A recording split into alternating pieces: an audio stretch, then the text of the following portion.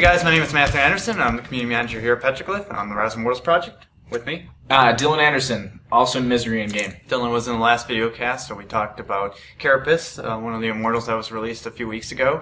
Now we're here to talk about Nauria. Now, as you see, Mathew Anderson is holding a sword. Sort of. It's so big that it's probably outside the camera at points, but I have here one of the swords that was actually, I think, created by one of our production assistants, Grant Griffard. He was actually in one of the video casts a while back in the fall of 2011. And we were talking about the release on Steam and a couple other things.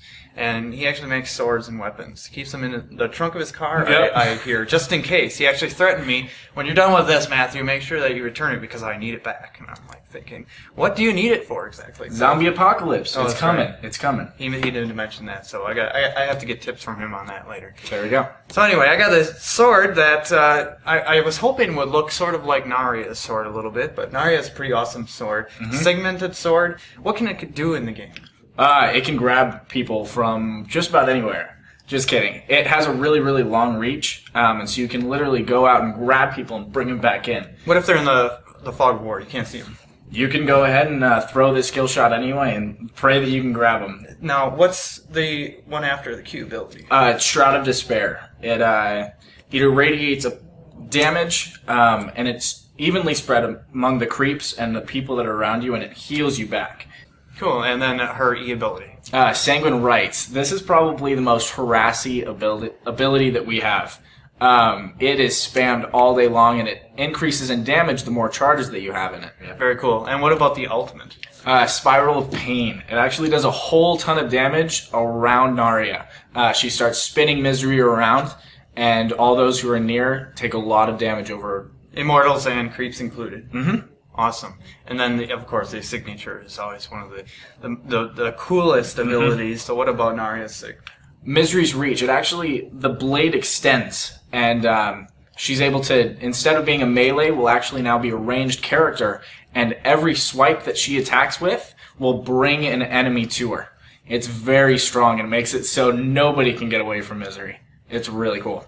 Awesome. This sword is so heavy I have to shift shoulders just to balance the thing out.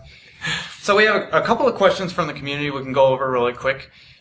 Actually, there was, from Jinx, one of the community members had mentioned, wow, Mizory's grasp plus reach equals spiral pain equals ouch, something like that. Yeah. What do you make of that? Okay, so she does a lot of single target damage. If you are really good with Mizory and you're really good with Nauria, you're able to pull people out of the distance, make it so that you are completely stealth, and absolutely wreak havoc on single enemies. It is very, very strong. Awesome. And then we have Axe Day. I would like to see a new class of Immortals designed to counter casters, true damage, silences, mana burn, etc. Are we going to have those? We've looked into it a little bit just because we know casters are kind of a hot topic right now. We recently put in the nerfs for them, stuff like that. We don't know exactly how we're going to go about putting in a new Immortal like that, but we probably will. So just keep your eyes out and look for it. Awesome. And then, again, ask any questions in the forums. Absolutely. If you see any announcements for new Immortals, we're going to have, after Nauria here, we're going to be talking a little bit more about her, but we're already working on the next Immortal.